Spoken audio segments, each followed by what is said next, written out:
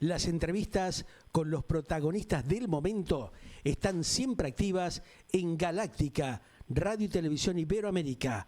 Auténtico periodismo de vanguardia.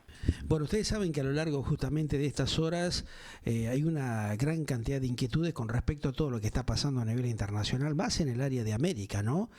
América del Norte, América Central, América del Sur. Vamos a establecer un diálogo con Roberto Iglesias, periodista, consultor, analista de medios, para ver un poco y conocer su visión de cómo está analizando, cómo está viendo esto que estamos viviendo justamente en estas horas. Bienvenido, Roberto Iglesias, un gusto tenerte aquí en Galáctica Internacional. ¿Cómo estás?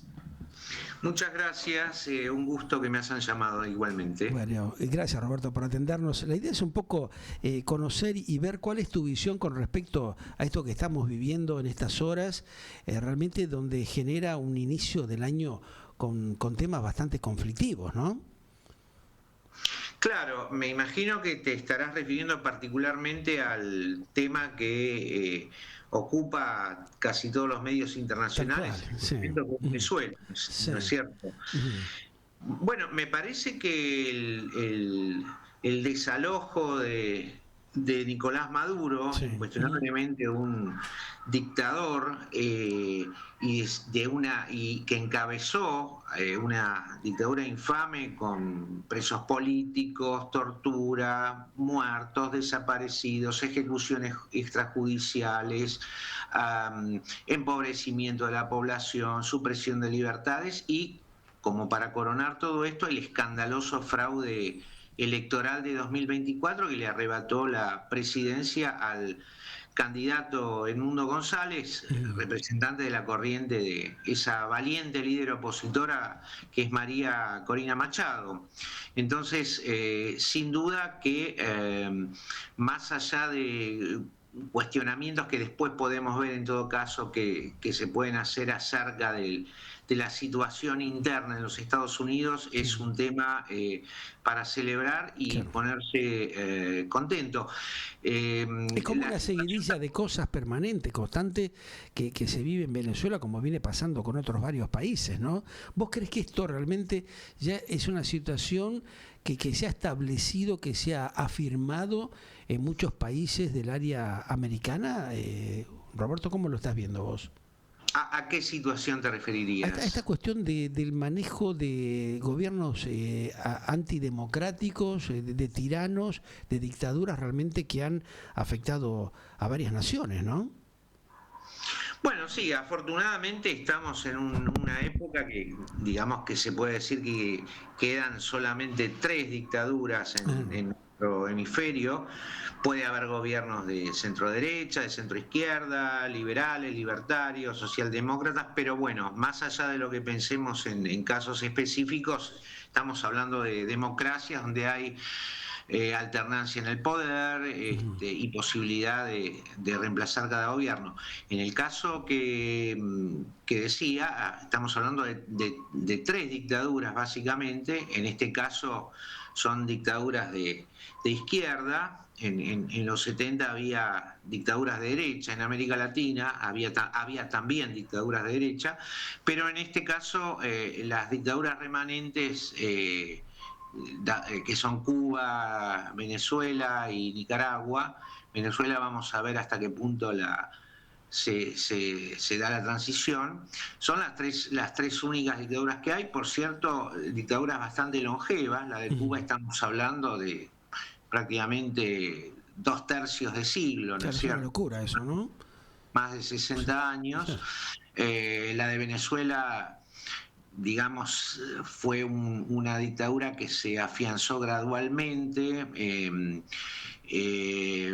Son 26 años de gobierno entre Chávez y Maduro Mucho tiempo también, claro. muchísimo tiempo, un cuarto de siglo en este caso.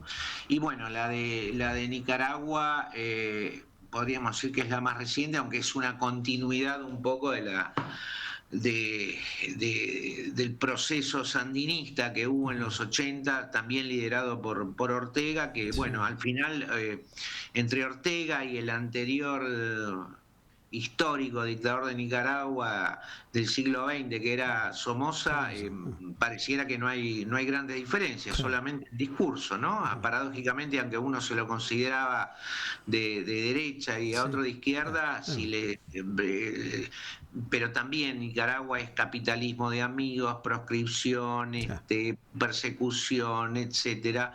Entonces, la verdad que no hay una gran diferencia entre lo que podía ser Anastasio Somoza en una época y Ortega, pero sí son las tres últimas dictaduras que quedan, y creo que en ese sentido América Latina podría tener un papel mucho más relevante en denunciar, condenar y hacer algo para que estas dictaduras no tengan algún tipo de apañamiento de calor oficial. Por ejemplo, el caso de Venezuela no fue solamente posible por lo que hicieron en su momento Chávez o Maduro, sino que desgraciadamente países internamente democráticos como México o Brasil, pero que lamentablemente la izquierda de esos países, al igual que aquí en Argentina el kirchnerismo en su momento, tuvo una posición como de apañamiento, de alianza, de apoyo o de complacencia con ese tipo de dictaduras. Así que hay como una connivencia encubierta, ¿no? Claramente, pero que se dio. Sí, no tan encubierta tampoco. En el caso del kirchnerismo no era para nada encubierta. Se proclamaba, se hacían alianzas, se armaban negocios, se defendía primero a Chávez y después a Maduro, se decía que de todas maneras era una democracia. Así que bueno, la connivencia no fue tan encubierta en muchos casos. Fue una solidaridad ideológica que en algún momento le dio combustible externo a estas dictaduras, ahí está ¿no? la cosa. ¿Vos crees que falló un poco el tema de los organismos regionales, por ejemplo el caso de la OEA o de otros organismos, en el caso por ejemplo del Mercosur, otras instituciones que se habían conformado para que haya un debate justamente y de alguna manera sostener los sistemas democráticos en la región, que no funcionaron adecuadamente para evitar que estos hechos y estos gobiernos de dictadores, de tiranos, se den en la región, Roberto? Sí, seguramente sí. También se habla mucho del respeto o del irrespeto al derecho internacional. Hay que tener en cuenta que el derecho internacional y los organismos internacionales son entidades de alguna manera que no hay que esperar más de lo que esas entidades pueden dar en muchos casos. El derecho, la ONU, la OEA nunca van a ser mejores que los gobiernos que la integran, y si en algún momento los gobiernos tienen políticas adecuadas, eso se va a reflejar en esos organismos internacionales, y si en otro momento los gobiernos no tienen esas políticas adecuadas, también se va a reflejar en los mismos organismos. Derecho internacional público es un conjunto de reglas que no es perfecto porque no hay una autoridad central mundial. En cualquier país las normas, las reglas las impone un gobierno central. Sí. En el campo internacional no existe un gobierno central, entonces los organismos internacionales pueden cumplir algunos tipos de roles. Tampoco hay que ponerse en la posición de la señora de la esquina que dice la ONU no sirve para nada o el derecho internacional público no sirve para nada, porque no es exactamente así. Lo que pasa es que no hay que esperar más de lo que esas normas pueden dar. Es mejor que la ONU o el derecho internacional existan a que no existan, pero repito, no podemos esperar cosas que ese conjunto de normas en un mundo integrado por más de 200 países y sin una autoridad central real pueda dar. Así que bueno, obviamente sería mucho mejor que esa intervención en Venezuela, que logró el desalojo por lo pronto ahora de Maduro, aunque la situación es un poco confusa actualmente. Sería mucho mejor que hubiera una fuerza multinacional encabezada por algún organismo internacional. A eso quería ir. ¿Por qué crees vos que no se dio eso, no? ¿Por qué Estados Unidos no consultó o no trató de conformar justamente un grupo de países que respaldaran este accionar que ellos implementaron, ¿no? Bueno, porque Trump no cree en el multilateralismo. Trump ascribe a la teoría de América primero y que no tiene que consultar con nadie para ese tipo de cosas. Si están hablando de anexar Groenlandia, intervenir en México, intervenir en Colombia, También, claro. unilateralmente y así porque un día se les ocurre que el hemisferio es americano, le hace norteamericano en este caso, y Trump también actúa con actitudes autoritarias. Es gracioso porque mientras en este caso la acción ayudó a restablecer o contribuye a avanzar la democracia en un país, él mismo socava la democracia de su tema. país. Bueno, por eso es lo llamativo, lo curioso de todo esto, ¿no? Como que hay un doble discurso de alguna manera, Roberto. Sí, no sé si un doble discurso. Me parece que el discurso de Trump es bastante transparente. Él ascribe a la teoría de las esferas de influencia y para él el hemisferio occidental, como lo llaman en Estados Unidos, es decir, el continente americano, es área de influencia de Estados Unidos. Estados Unidos tiene derecho a hacer lo que crea conveniente sin consultar con nadie o sin recurrir a ningún tipo de mecanismo multilateral. Además de que esto no es justo, esto también le va a dar las manos libres a Putin para terminar de lanzarse sobre Ucrania o a China para invadir Taiwán. Entonces, digamos, ya no existe más un multilateralismo razonable. ¿Eso es peligroso? Esto que vos planteas, ¿puede ser peligroso para los sistemas democráticos? Porque de alguna manera quedan como encerrados, quedan dependiendo de la decisión que tome alguna de las grandes 3 o 4 potencias, Augusto y Piacere, ¿no? Sí, por supuesto. Por eso digo que es necesario que existan ciertas normas o ciertas reglas que, bueno, pueden ser imperfectas, pueden no cumplirse del todo, pero y que solamente en contadísimos casos tenga algún sentido o un objetivo superior, apartarse de esas normas. Claro. Pero, digamos, la existencia de normas razonables, pero esto va más allá también del tema de las normas, sino, digamos, durante mucho tiempo las democracias del mundo integraron un sistema que nosotros conocemos como Occidente, aunque pueda tener incorporaciones como Japón, Corea del Sur, Taiwán, Israel, etcétera, pero básicamente había una alianza, una comunidad de intereses compartida, pero ahora vemos una cosa donde además se suponía que Europa Occidental, Estados Unidos, muchas democracias de América Latina y del tercer mundo tenían una comunidad de intereses. Hoy, cuando vemos a un Estados Unidos que quiere anexarse por la fuerza a un territorio de un país aliado de la OTAN como es Dinamarca, tenemos que ver que toda esa alianza está como en proceso de pulverización. Claro. Sí. Entonces, el concepto de Occidente pasa a estar totalmente desdibujado y los que ganan geopolíticamente con esto son países no precisamente democráticos, pero que sí quisieran avanzar geopolíticamente y moldear al mundo a su imagen y semejanza, como Rusia y China.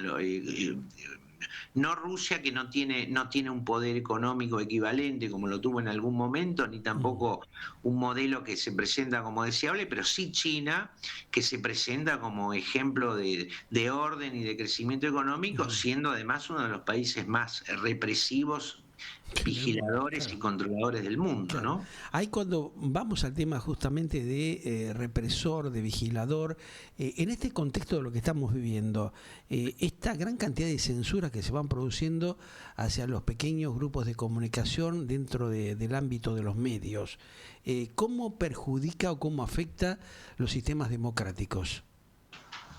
Bueno, los medios de comunicación son el cuarto poder y por más que se los quiera, digamos, tornar irrelevantes, Ujú. más aún ahora con el auge de las fake news y la inteligencia y los deepfakes de la inteligencia artificial, los medios de comunicación tradicionales entre comillas, porque hoy día todos los medios son digitales, Claro, tanto sí, sí. o sea que tampoco tiene mucho sentido, Ujú. pero los medios que ejercen, digamos, periodismo, Sí. no los medios militantes, ya sea de izquierda o de derecha, portales que aparecen de pronto y que se caracterizan por ejercer comunicación o periodismo de mala calidad. Ujú. Pero los medios tradicionales tienen un rol muy importante, siguen siendo el cuarto poder, Ujú. y por más que se hable de las redes sociales digamos, la necesidad del periodismo profesional sigue Ujú. existiendo. Ujú. Entonces, la demagogia de decir en X, la ex Twitter, que no, ahora el periodismo son Sí. ustedes, Ajá. es una cosa totalmente irreal, porque Sí. las redes sociales finalmente son medios como cualquier otro, Ujú. porque tienen una línea editorial expresada a través de los algoritmos que privilegian determinado tipo de contenidos. Sí. Nadie tiene dudas cuál es la línea editorial de X o Sí. de Truth Social, la red social a la que recurre Trump. Ujú. Entonces, y también se busca no contradecir demasiado al público. Entonces, las redes sociales son medios como cualquier otro, no hay que confundir el contenido con el instrumento. O sea, está bien informarse a través de las redes sociales en tanto podamos acceder a la información de medios confiables hoy Ujú. día. Cuando si yo leo algo en redes sociales de un medio con cierto tipo de reputación, que yo sé quiénes son y que ejercen un periodismo medianamente ecuánime o profesional, aún dentro de una cierta línea editorial, bueno, sé que puedo confiar o no en ese tipo de medios. Ujú. En las redes, digamos, miles de tweets anónimos o escritos por alguien en el garage de su casa no significan nada en cuanto a Claro. información. Sí, Por eso aparte que creo eso que permite también el tema de la gran cantidad de fake news que tenemos que terminan desinformando o, como quien dice, distorsionando la realidad de lo que acontece, ¿no? bueno, obviamente, por eso es muy importante que existan fuentes en las que uno pueda confiar, Ujú. que pueden ser medios tradicionales, pueden ser medios nativos digitales, pueden ser eh, personas que publiquen en las redes y que demuestren cierto tipo de conocimiento o ecuanimidad del tema del que están hablando, etcétera. Ujú. Pasa que, bueno, no todo el mundo está completamente entrenado como para Para ello, claro. distinguir las cosas. Ujú. Supuestamente, a medida que uno podría tener una posición optimista y decir, bueno, la alfabetización digital avanza, la gente se va volviendo como más conocedora o mejor discernidora. O sea, Ujú. hoy día, digamos, la gente no va a confundir una radionovela de Orson Welles Sí, con una invasión claro, marciana, tal por cual, ejemplo. claro. O no le va a pegar a los actores malos a la salida de los teatros o de las emisoras, como Sí, pasaba en los años 30. claro, sí. Entonces, Es y otra historia, sí. eso es por la Claro. alfabetización Mm. comunicacional, de Ujú. alguna manera, que, este, digamos, fue, digamos, volviendo a la gente, tornando a la gente o a las audiencias mucho más conocedoras y sabias de las cosas, Ujú. ¿no? Por último, Roberto, ¿vos crees de que está en peligro el sistema democrático teniendo en cuenta accionares como lo que estamos viendo de algunos gobiernos con actitudes de dictatoría o tiranos o de interferir realmente en algún otro país como lo que se está viendo en estas horas? Eh, Bueno, yo lo dividiría en dos cosas. En primer lugar, el sistema democrático está, el peligro más claro son dictaduras como las que mencionábamos, Claro. Maduro, o Cuba o Nicaragua. Eso es un tema. Ahora, también las democracias muchas veces pueden ser destruidas en forma gradual y desde adentro a partir de gobiernos que ganen legítimamente una elección. Y esos horadamientos son primero de baja intensidad, son a mediano plazo, pero bueno, hay casos hay muchísimos casos en el mundo, los hemos visto en el pasado, los hemos visto ahora, y bueno, por eso es importante que las instituciones puedan funcionar y que no exista un grupo de países que apañen o que sean indiferentes o que sean condescendientes con ese tipo de cosas. Pero sí, estamos viendo mismo en Estados Unidos, o sea, Trump internamente es una persona que atropella las propias instituciones de su país. Hay un hostigamiento permanente contra medios opositores, contra figuras públicas que de alguna manera se manifiesten en contra del presidente. Hay también la creación de una especie de complejo tecnológico comunicacional basado en una especie de capitalismo de amigos que también trata de implantar como una cultura oficial, una cosa que es insólita en un lugar como los Estados Unidos, que siempre se caracterizó por carecer de ese tipo de cosas y donde más o menos todo el mundo podía desarrollar su plan de vida y tener su propia opinión. Entonces sí hay tendencias que son evidentemente preocupantes. Va dificultando la cosa, ¿no? Evidentemente va dificultando la libre calidad de expresión en un gobierno que se supone que es democrático, ¿no?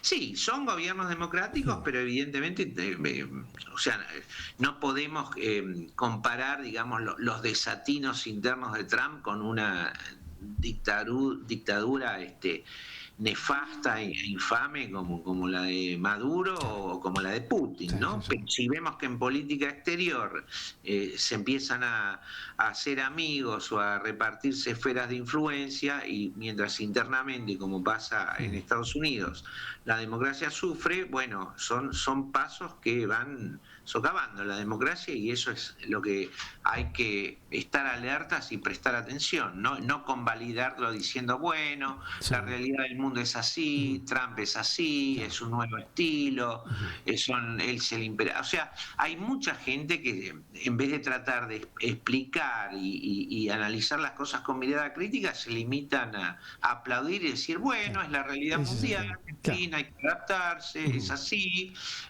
son los nuevos tiempos. Hay que estar atentos, ¿no? No hay que dejar correr las cosas así porque sí, ¿no? Evidentemente es un poco un llamado de atención que uno tiene que tenerlo presente para evitar más dolores de cabeza de lo que viene atravesando la comunidad internacional en los últimos tiempos. Te agradezco, Roberto, esta atención. Seguramente que en otro momento te voy a consultar por otros temas, así que no va a faltar oportunidad para que volvamos a establecer contacto contigo, ¿eh? Muchas gracias, Pedro, y muchas gracias a Galáctica Radio y TV también. Un gran abrazo, estamos en contacto. Gracias. Gracias a vos. Roberto Iglesias, periodista, consultor, analista de medios, que nos daba su visión de lo que está pasando actualmente en este planeta Tierra. Ya volvemos con más Galáctica Radio y Televisión para ustedes.